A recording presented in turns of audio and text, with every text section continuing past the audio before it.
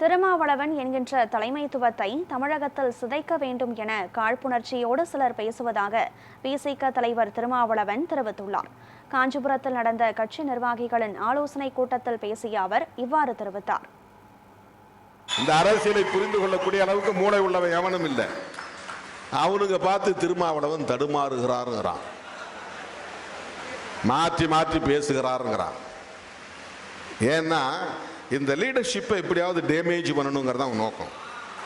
திருமாவளவன் என்கிற தலைமைத்துவத்தை தமிழகத்தில் சிதைக்க வேண்டும் என்கிற காழ்ப்புணர்ச்சியோடு பலரும் இங்கே பேசிக் கொண்டிருக்கிறார்கள்.